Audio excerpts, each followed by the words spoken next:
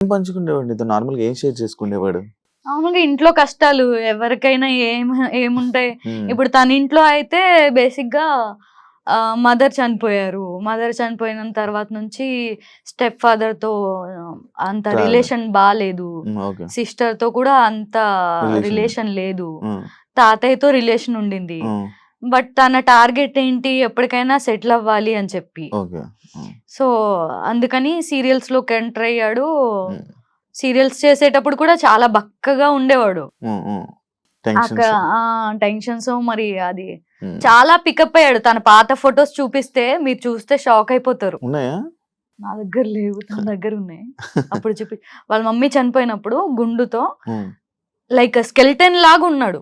హ్మ్. హ్మ్. స్కెలిటన్ లా ఉన్న మనిషి హ్మ్. జిమ్‌కెళ్ళి ఒక సీరియల్ ఆర్టిస్ట్‌కి ఒక క్యారెక్టర్‌కి సూట్ అయ్యే విధంగా పికప్ అయ్యాడు. హ్మ్. హ్మ్. హ్మ్. అంత మోటివేట్ అయిన మనిషి తను. ఓకే. అలా సీరియల్స్ చేస్తున్న టైంలో సెటిల్ అవ్వాలి అని చెప్పి లవ్ కమ్ అరేంజ్ చేసుకున్నాడు అది లవ్ మ్యారేజ్. కమ్ అరేంజ్ మ్యారేజా? Love come arrange okay. Marriage. Okay. ఆ! అందరూ అరేంజ్ మ్యారేజ్ అనుకుంటున్నారు. అవును. లవ్ చేసి అరేంజ్ మ్యారేజ్ చేసుకున్నాడు. ఆ! సో అందరిని ఒప్పించి. కాదు ఇప్పుడు యూఎస్‌లోనే వాళ్ళ వైఫ్ యూఎస్‌లో ఉండేనా? అవును. యూఎస్‌లో మరి ఉన్నారు. యూఎస్ నుంచి ఎందుకొచ్చాడు? రీజన్ చెప్పాడా? ఆళ్ళు పంపించేసారా?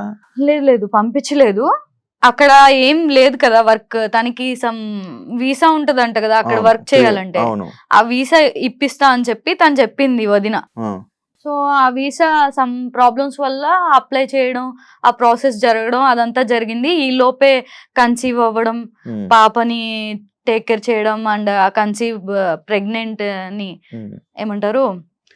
అదే ప్రెగ్నెంట్ లేడీని అవును. అవును. తనే దగ్గరుండి చూసుకోవడం అవన్నీ చేశాడు పాపం. ఓకే. ఓకే. ఎవరు ఉండరు కదా యూఎస్‌లో అవును. అవును. చూసుకోవడానికి. అవును.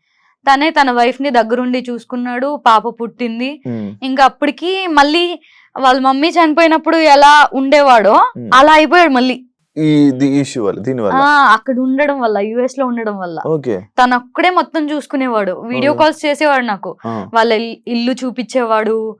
ఆహ్, తను చేసే పనులేంటి, ఆ! మార్నింగ్ లెగంగానే కాఫీ హ్మ్. ఇవ్వాలి, హ్మ్. టిఫిన్ చేయాలి, లంచ్ చేయాలి, డిన్నర్ రెడీ చేయాలి, ఆ! పాపకు పాలు పట్టాలి, ఇవన్నీ చెప్పేవాడు. ఆ! ఆ! చూపిచ్చేవాడు నాకు. ఆ! "అరే! ఇలా అయిపోయావు బ్రో ఏంటి బ్రో" అంటే, "వస్తాను మళ్ళీ వస్తాను. ఆ! ఆ! కమ్ బ్యాక్ ఇస్తాను" అనేవాడు. బిగ్ బాస్ హౌస్‌లో నాకు మా ఆవిడ కావాలి, మా పిల్ల కావాలి, మా స్టెప్ ఫాదర్ కావాలి, మా స్టెప్ సిస్టర్ కావాలి, వీళ్ళందరూ కావాలి అని ఎందుకు అన్ని సార్లు అన్నానికి రీజన్ ఏంటి? అంటే ఈ మధ్య కాలంలో కొన్ని ఇష్యూస్ జరుగుతున్నాయి తనకి, తన వైఫ్. వైఫ్‌కి. హ్మ్. సో, ఆ ఇష్యూస్ వల్ల డివోర్స్ వరకు వెళ్తుంది ఇష్యూ. అచ్చా! డివోర్స్ వరకు. డివోర్స్ వరకు వెళ్తుంది. తీసుకోలేదు డివోర్స్. హ్మ్. డివోర్స్ వరకు వెళ్ళే సిట్యుయేషన్స్ వచ్చాయి. ఎవరు రీజన్? మనోడా? రీజన్ ఎవరు అనేది నాకు క్లారిటీ ఇవ్వలేదు బ్రో అయితే. హ్మ్. ఇలా గొడవలు జరుగుతున్నాయి అని చెప్పాడు. హ్మ్. బిగ్ బాస్ ఆఫర్ వచ్చింది వెళ్తున్నా అని చెప్పాడు. యూఎస్ నుంచి రావడానికి రీజన్ అయితే హ్మ్. తనకు అక్కడ వర్క్ లేకపోవడం వల్ల, సెల్ఫ్ రెస్పెక్ట్ దెబ్బ దెబ్బ. తినడం వల్ల, తనేంటో మళ్ళీ ప్రూవ్ చేసుకోవాలి అని చెప్పి హ్మ్. ఒక 1 ఇయర్ టైం తీసుకొని ఇక్కడికి వచ్చి ట్రై చేసుకుంటా. హ్మ్. నా వల్ల కాలేదు అంటే మళ్ళీ నేను యూఎస్ వచ్చేస్తా అనే ఇదిలో మాట్లాడుకున్నట్టుగా చెప్పాడు నాకైతే. నువ్వు బిగ్ బాస్ చూస్తున్నావు కదా! హ్మ్. సడెన్‌గా విగ్ తీసినప్పుడు నీకేమనిపించింది? నీకు ఆల్రెడీ తెలుసు కదా! అయ్యో! ఎందుకు ఈ పిచ్చి పని చేశాడు అనిపించింది. తెలుసు కదా నీకు ఆల్రెడీ. తెలుసు.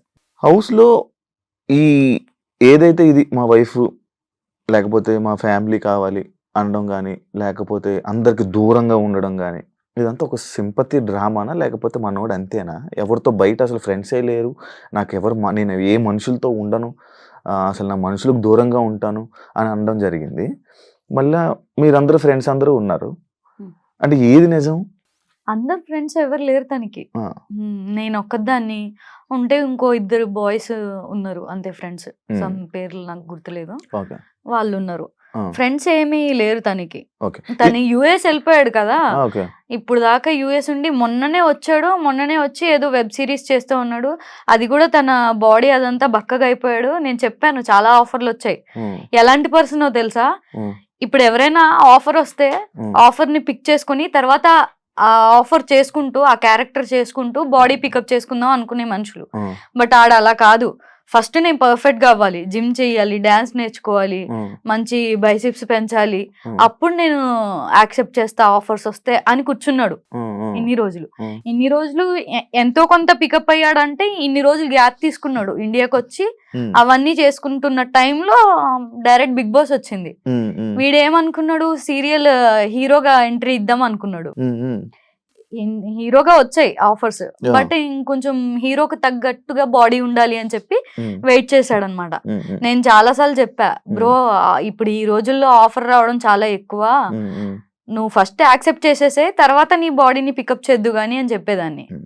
లేదు షబ్బు నాకు కాన్ఫిడెంట్ రాదు నేను చెయ్యాలంటే అని చెప్పి హ్మ్. అలా చేశాడు. బట్ అన్ఫార్చునేట్లీ బిగ్ బాస్ పెద్ద ఆపర్చునిటీ గోల్, పెద్ద ఆపర్చునిటీయే వచ్చింది.